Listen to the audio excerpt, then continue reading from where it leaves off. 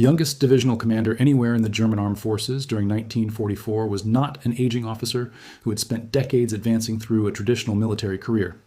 Instead, he was a 35-year-old SS general who had entered the Nazi movement while still very young. He fought in every major campaign of the war, from Poland to Russia and eventually Normandy. He assembled one of the most feared divisions in the entire German military using soldiers who were barely old enough to grow facial hair. Then he was killed just 14 days after the largest military landing operation in human history, never living long enough to witness what his formation would ultimately become. His name was Fritz Witt. The unit he created was the 12th SS Panzer Division, Hitlerjugend. During the summer of 1944, that division fought in Normandy with a level of determination and violence that surprised even veteran Allied commanders who encountered them on the battlefield. To understand how a formation made up largely of teenagers developed into one of the most dangerous combat units of the war, it is necessary to understand the individual who shaped it. Without Fritz Witt, there would have been no Hitlerjugend division. And without that division, the Normandy campaign would have unfolded very differently. Fritz Witt was born in May 1908 in Hohenberg, a small industrial community in Germany's Ruhr region. He was 10 years old when the First World War came to an end, and Germany descended into defeat, upheaval, and uncertainty. That moment was crucial in shaping his future. Germans born around 1908 experienced national collapse during childhood. They did not confront it as adults with the benefit of perspective. Instead, they absorbed it during their formative years as a basic reality of life. The Germany of the 1920s that influenced Witt's teenage years was struggling on multiple fronts. The economy was shattered. Politics were unstable. Street violence was common. The nation also carried deep psychological wounds caused by military defeat and by the stab-in-the-back narrative promoted by nationalist groups to explain that defeat. Within that atmosphere, the Nazi Party offered young men like Witt something highly attractive. It provided a simple explanation for Germany's problems. It identified enemies to blame. It offered belonging, direction, and purpose. Most importantly, it promised national renewal. Witt embraced these ideas completely. In 1931, at the age of 23, he joined both the Nazi Party and the SS. His entry came early enough that he was viewed as a committed believer rather than someone seeking advantage from a growing political movement. His rise through the ranks of the SSVT was rapid. These armed formations would later evolve into the Waffen-SS.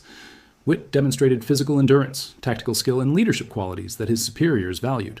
By September 1939, when Germany launched its invasion of Poland and the Second World War began, he had already become a company commander within the Leibstandarte SS Adolf Hitler, the elite Waffen-SS formation most closely connected to Adolf Hitler himself.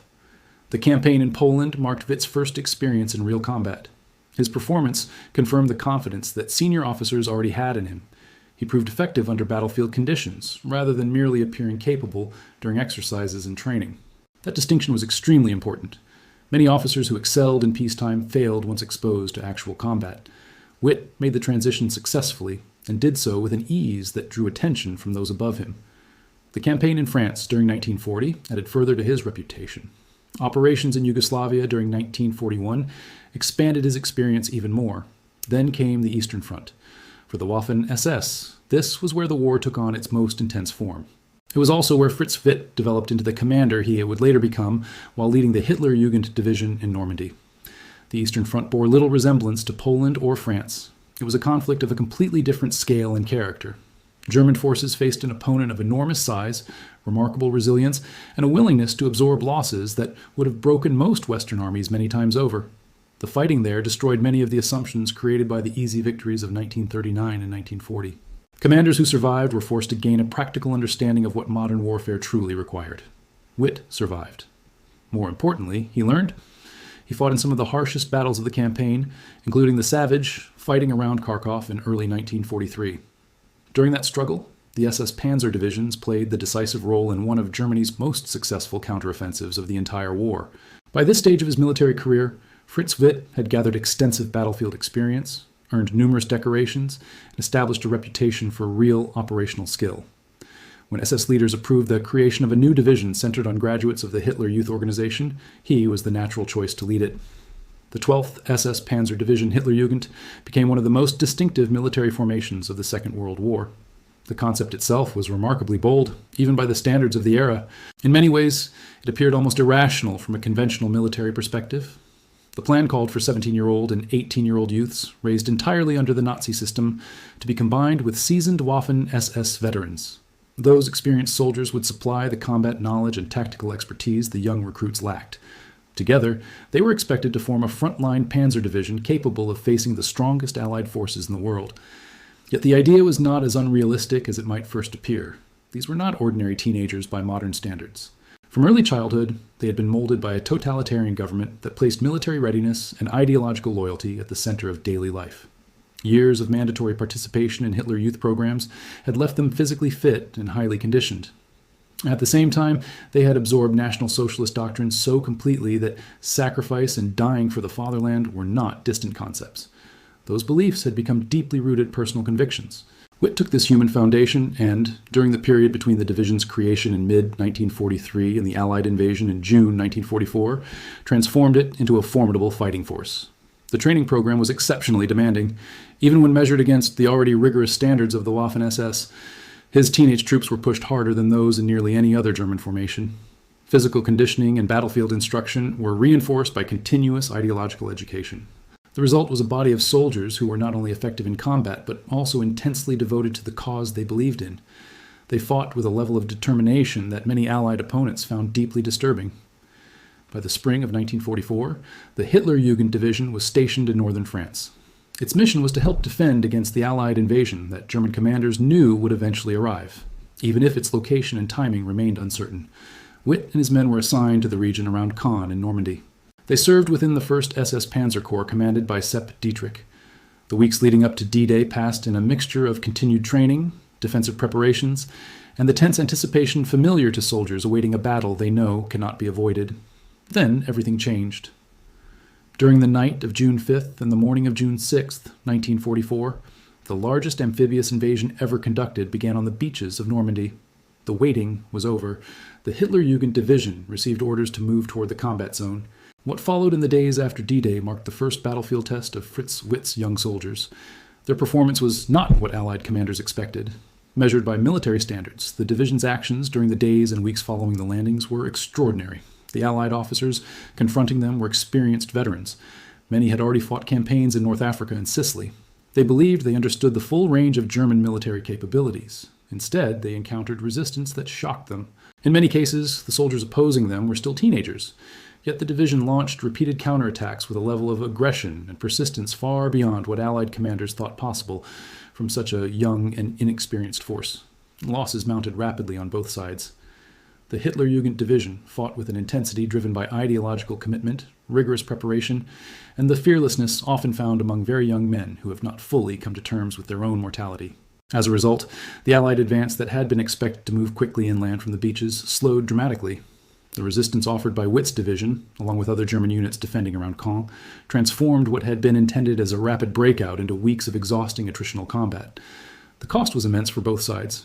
But Fritz Witt would not live long enough to witness most of what followed. At this point, his story becomes both more straightforward and far more tragic.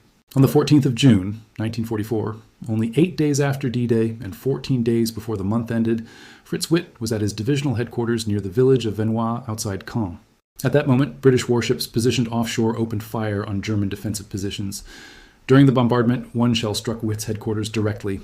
The impact killed Fritz Witt immediately. He was 35 years old. He had led his division in active combat for exactly 14 days. The formation he had spent a full year organizing, training, and preparing for this moment continued the fight after his death. Command passed to Kurt Meyer, who was only 33 years old. Under Meyer's leadership, the Hitlerjugend Division took part in some of the fiercest combat of the entire Normandy campaign. The unit created by Witt remained in action for months after he was gone. Its losses were severe. Even so, it repeatedly demonstrated a level of battlefield performance that reflected the effectiveness of the preparation carried out before D-Day. The story of Fritz Witt also raises difficult questions. The division he established was not only a capable military formation, it was also connected to documented war crimes that were later investigated and prosecuted. The most notable example involved the killing of Canadian prisoners of war in the days immediately following D-Day. Members of the Hitlerjugend Division murdered captured Allied soldiers in direct violation of the laws governing war. Those crimes were tied to the environment that Witt and other SS leaders had fostered within the division. It was a culture shaped by ideological extremism, one that stripped enemies of their humanity and encouraged the belief that killing prisoners was not merely permissible but justified. This aspect of Witt's legacy cannot be separated from the division's military record. The same methods of training and indoctrination that produced highly effective fighters also helped create individuals willing to murder captives. Responsibility for that atmosphere extended directly to the officers who built it, including Fritz Witt himself. After taking command following Witt's death, Kurtmeyer was later tried by a Canadian military tribunal for the murders of Canadian prisoners. He received a death sentence. That punishment was later reduced to life imprisonment and subsequently shortened again before his release in 1954. Historians have long debated what might have happened to Witt had he survived the war. As the division's original commander, he carried substantial responsibility for the culture that contributed to those crimes. Many scholars believe it is unlikely he would have escaped the scrutiny that ultimately led to Meyer's conviction. However, because he did not survive, the question can never be answered with certainty. What can be examined is what Fritz Witt's life reveals about the Nazi military system and the people it produced. The conclusion is uncomfortable. By any objective standard, Witt was a skilled and committed military leader. Through determination, effort, and ability, he transformed difficult raw material into an effective combat force. At the same time, he remained a devoted Nazi who dedicated his career to serving one of the most criminal regimes in human history.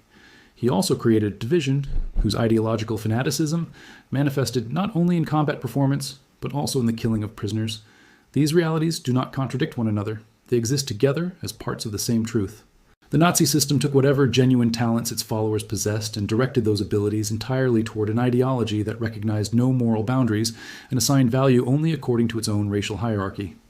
Fritz Witt was among the clearest examples of that process. He possessed real military ability.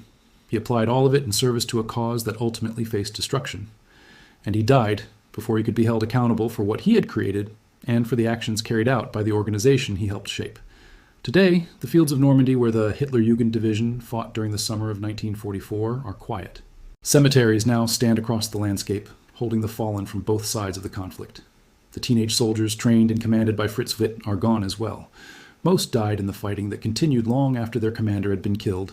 The events that unfolded there during the summer of 1944 tell the story of what can happen when a society takes its youngest and most idealistic people, fills them with hatred and fanaticism, and sends them into war for ideas that were destructive from the very beginning. Fritz Witt was the man who transformed those boys into soldiers. The fact that he performed that task effectively remains one of the most troubling aspects of his story. And the fact that he died before witnessing the full consequences of what he had helped create may be the only trace of mercy in a story where very little mercy can be found. If you found this historical account meaningful, take a moment to follow, share, and continue exploring the stories that shaped the 20th century. Please leave your thoughts about this content in the comments below. Thanks for watching. See you in the next one.